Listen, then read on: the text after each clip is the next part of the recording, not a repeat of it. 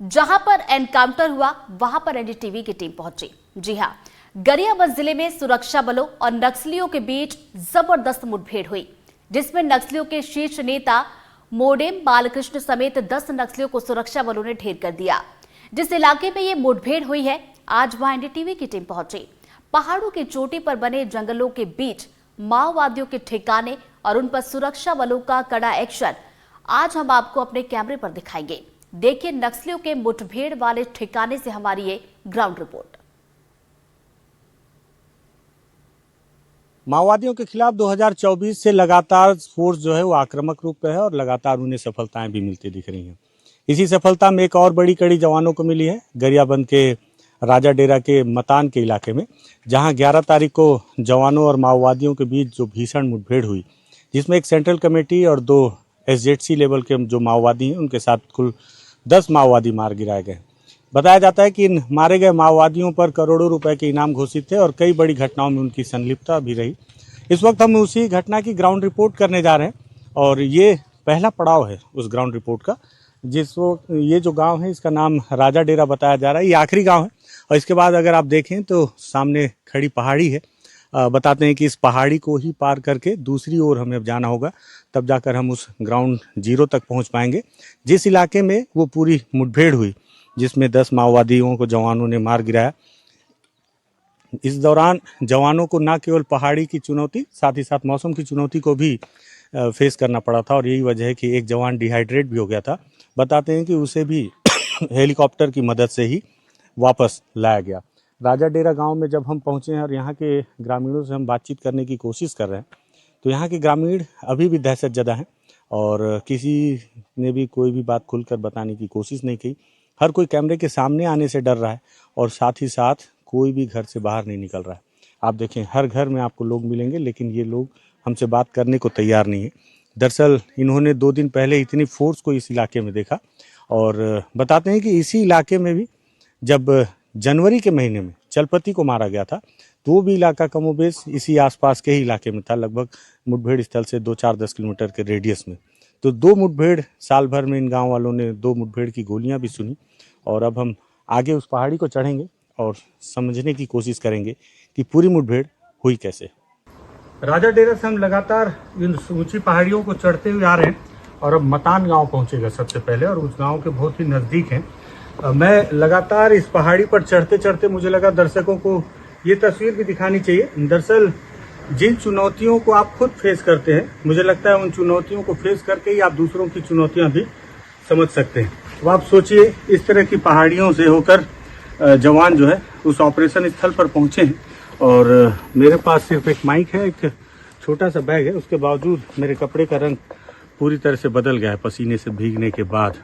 और जवानों के साथ उनका पिट्ठू, हथियार और खाने पीने की सामान और तमाम तरह की चीज़ों को लेकर और उन्हें समय से पहुंचना होता है, क्योंकि जो पिन पॉइंट उन्हें दिया जाता है जिस जगह पर ऑपरेशन होना है और जिस जगह पर बालकृष्णन मौजूद था उस इलाके में पहुंचने के लिए उनके पास बेहद कम वक्त था। बताते हैं कि रात 3 बजे ऑपरेशन लॉन्च किया गया था और रात 3 बजे ऑपरेशन लॉन्च होने के बाद सूरज की पहली किरण के पहले ही उन्हें उस स्थान पर पहुंचना था और जवानों ने इस तरह की चुनौतियों को पार करते हुए उस मौके पर पहुंचा, उस घटना को अंजाम दिया जिसमें उन्होंने एक बड़ी सफलता हासिल की है। लगभग 10 बजे से हम पैदल चल रहे हैं और अभी लगभग 1:30 बज रहे हैं। तो ये 2-3 घंटे हमने वो पूरी पहाड़ी चढ़ी और फिर एक पठार इलाका मिला है और ये पहला गांव मिला है मटाल, जिस गांव के आसपास में मुठभेड़ की जानकारी पुलिस ने दी है, बालू डिग्गी और मटाल के बीच। तो ये पहला गाँव, हालांकि बहुत यहाँ पर गिनती के कुछ 8-10 घर मुझे नज़र आ रहे हैं और ख़ास बात यह है कि इस गांव में कमार जनजाति के लोग रहते हैं और कमार जनजाति के लोग, ये यहाँ की पूरी परिस्थिति मुझे अबूझमाड़ की तरह लग रही है। अबूझमाड़ के भी अंदरूनी इलाकों में जब आप जाएंगे इसी तरह से 8-10 घर के कुछ छोटे छोटे गांव या बस्तियां होती हैं जिसमें वहाँ पे माड़िया और अबूझमाड़िया लोग रहते हैं। तो कमोबेश मुझे यहाँ की भी परिस्थितियाँ उसी तरह से लग रही हैं और ये भी बात समझ में आ रही है कि माओवादियों का जो आधार इलाका है वो पूरा आधार इलाका वो इसी तरह के इलाके को चुनते हैं। कई बार मेरे जहन में बात आती थी कि गरियाबंद के इलाके में, इस इलाके में कैसे माओवादी सर्वाइव कर पाते हैं। तो अबूझमाड़ का जो इलाका है उसी तरह की स्थिति मुझे यहाँ भी नजर आ रही है। पहला गांव मटाल है, अब इसके बाद और ये जो पहाड़ियाँ दिख रही हैं इसे पार करके हम जब आगे जाएंगे तब हम उस घटना स्थल पर पहुंच पाएंगे जहां वो पूरी मुठभेड़ हुई और जवानों ने बड़ी सफलता हासिल की। 5 घंटे से हम दो बड़ी पहाड़ियों को चढ़ते हुए यहाँ तक पहुँचे और एकदम घटना स्थल के काफ़ी करीब है। और यहाँ पर मटाल करके एक गाँव है जिसको पार किया और कुछ ग्रामीणों ने बताया कि ठीक इस पहाड़ी के नीचे बिल्कुल हम एकदम पॉइंट पे ही पहुँच गए हैं। उस तरफ नजर आते हैं इसी पहाड़ी के नीचे जो बड़ी मुठभेड़ हुई और उसके उधर सीधी खड़ी पहाड़ियाँ हैं और यहाँ पर जो निशान दिख रहे हैं वो इस बात से प्रतीत होते हैं क्योंकि देखिए जब मुठभेड़ होती है तो बड़ी संख्या में फोर्स आती है। और एक ग्रामीण ने बताया कि इसी तरफ से मारे गए माओवादियों की डेड बॉडी को लेकर मताल गांव जाया गया और वहां पे हेलीकॉप्टर की मदद से सभी को लेकर गरियाबंद के मुख्यालय पहुंची फोर्स। यहाँ पर आप देखें यहाँ बहुत सारे जवान पैदल चले हैं और यही वजह है कि आज 2 दिन बीत जाने के बाद भी यहाँ देखने से लगता है कि यहाँ पर चहलकदमी बहुत ज़्यादा हुई है। आगे अब आपको स्पॉट पे ले चल के दिखाता हूँ, बताऊँगा कैसे मुठभेड़ वहाँ पर हुई है। अब मैं उस पॉइंट पर पहुँच चुका हूँ जिसकी एक वीडियो जवानों के द्वारा वायरल की गई और उस वीडियो में आप साफ देख सकते हैं, वीडियो अगर आप स्क्रीन पर देख रहे हैं कि किस तरह से मारे गए माओवादियों के शव को इसी इलाके पर जवानों ने लाकर रखा।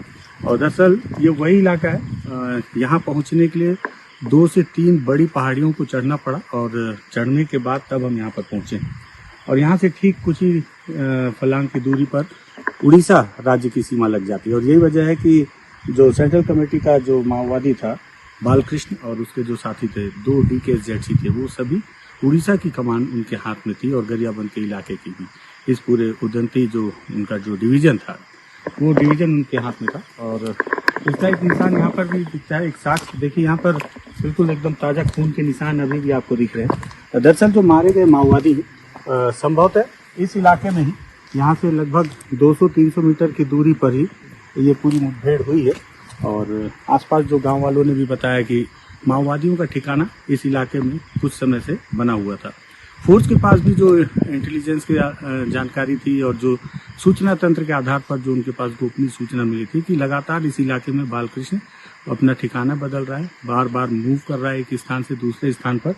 और इसीलिए 3 पॉइंट सूचना मिलने पर तत्काल इस ऑपरेशन को लॉन्च किया गया। देखिए यहाँ पर जो है ये यहाँ पर चावल पड़ा हुआ है। दरअसल जब जवानों ने यहाँ लाकर मारे गए माओवादियों के शव को रखा तो उसके बाद ये जवानों का खाना है जो अपने साथ वो लेकर चलते हैं। और यहाँ पर कुछ और भी साक्ष्य मिले। एक जवान को डिहाइड्रेशन भी हो गया था जिसे हेलीकॉप्टर से लिफ्ट किया गया था। यहाँ एक मोजा है, संभवतः ये उसी जवान का मोजा है क्योंकि इसमें देखिए पुलिस लिखा हुआ है। और ये जो है एक जवान का मोजा है। संभवतः जो जवान डिहाइड्रेट हो गया होगा तो उसे प्राथमिक उपचार देने के लिए उसके मोजे को यहाँ पर जवानों ने, उसके साथी जवानों ने उतारा होगा। मुझे लगता है कि यहाँ से अब बस कुछ ही दूर में वो स्थान भी हमें मिल जाएगा जिस स्थान पर ये पूरी मुठभेड़ हुई है। और ये निशान बताते हैं कि कितना खून यहाँ पर बहा है।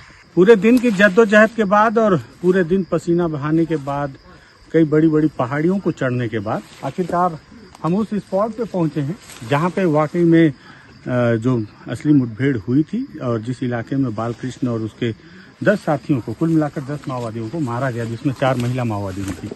यहाँ हालांकि निशान काफ़ी कम मिल रहे हैं लेकिन आप देखें ये गोलियों के निशान है जिसने इन पेड़ों को छलनी किया है और साथ ही साथ ऊपर भी गोलियों के निशान है। हालांकि एक खास बात ये भी है कि इस इलाके में पेड़ काफ़ी कम है, जो बड़े पेड़, इसलिए जब फायरिंग हुई होगी तो पेड़ों को छलनी ज़्यादा नहीं किया जवानों की गोलियों ने या माओवादियों की गोलियों ने, क्योंकि दोनों तरफ से फायरिंग होने की जानकारी पुलिस ने दी है। तो ये वो स्पॉट है और ये स्पॉट मैं आपको बताऊं कि बीजापुर उड़ीसा और गरियाबंद के सीमावर्ती इलाके का इलाका है और यहाँ बहुत आसानी से एक इलाके से दूसरे इलाके में माओवादी मूव कर सकते हैं और इसलिए इस इलाके को उन्होंने अपना पनाहगाह के तौर पर चुना। और यहाँ उन्हें इस तरह की उम्मीद भी थी कि यहाँ पर संगठन को फिर से बढ़ाया जा सकता है। मुझे लगता है कि यही वजह है कि माओवादी यहाँ पर लगातार शिरकत कर रहे थे और सेंट्रल कमेटी स्तर के माओवादी भी यहाँ पर उपस्थित थे।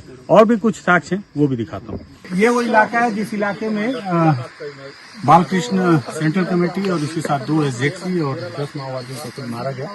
यहाँ के पेड़ इस बात की गवाही दे रहे हैं हर जगह पर, देखिए गोलियों का निशान है। और लगातार हमने जब तलाशी ली यहाँ इस इलाके की तो एक खाली खोखा भी हमें यहाँ पर बरामद हुआ है ऑटोमेटिक वेपन का, हालांकि ऑटोमेटिक 4 वेपन भी घटनास्थल से बरामद हुए मारे गए माओवादियों के, जिसमें एक बालकृष्ण का AK-47 भी था। और जब इसी इलाके में अलग अलग पॉइंट पे माओवादियों को मारा गया। आप देखिए यहाँ पे भी खून के निशान है, यहाँ देखिए यहाँ पर खून के निशान है। लगता है कि यहाँ पे भी जो है एक माओवादी को मारा गया है और मारने के बाद जो है ये जो इलाका है यहाँ पर लाकर मुझे लगता है कि सभी मारे गए माओवादियों के डेड बॉडी को यहाँ पे एकत्रित किया गया सबसे पहले, और उसके बाद फिर दूसरे स्टेप पर ले जाया गया। तो ये पूरी घटना की तस्वीर है और यहाँ पे दबे हुए घास बता रहे हैं कि किस तरह से यहाँ पे भागा दौड़ी हुई है जवानों और माओवादियों के बीच। मुठभेड़ के दौरान अपनी जान बचाने के लिए हर कोई बेतरतीब भागा होगा। और यहाँ का टेरेन भी मैं आपको दिखा रहा हूँ कि किस तरह से चारों तरफ पहाड़ियाँ हैं, ऊंची ऊंची पहाड़ियाँ हैं। यहाँ पहुँचने में आपको बहुत ज़्यादा मशक्कत करनी पड़ेगी, तब जाके आप यहाँ पहुँचेंगे। आज भी हम सुबह लगभग 10 बजे से पैदल चल रहे हैं और शाम के लगभग 6 बजने को आए, तब हम घटनास्थल पर पहुँचे हैं और ढलते सूरज के साथ इस तस्वीर को आपके सामने दिखा रहे हैं। घटनास्थल से NDTV के लिए विकास तिवारी।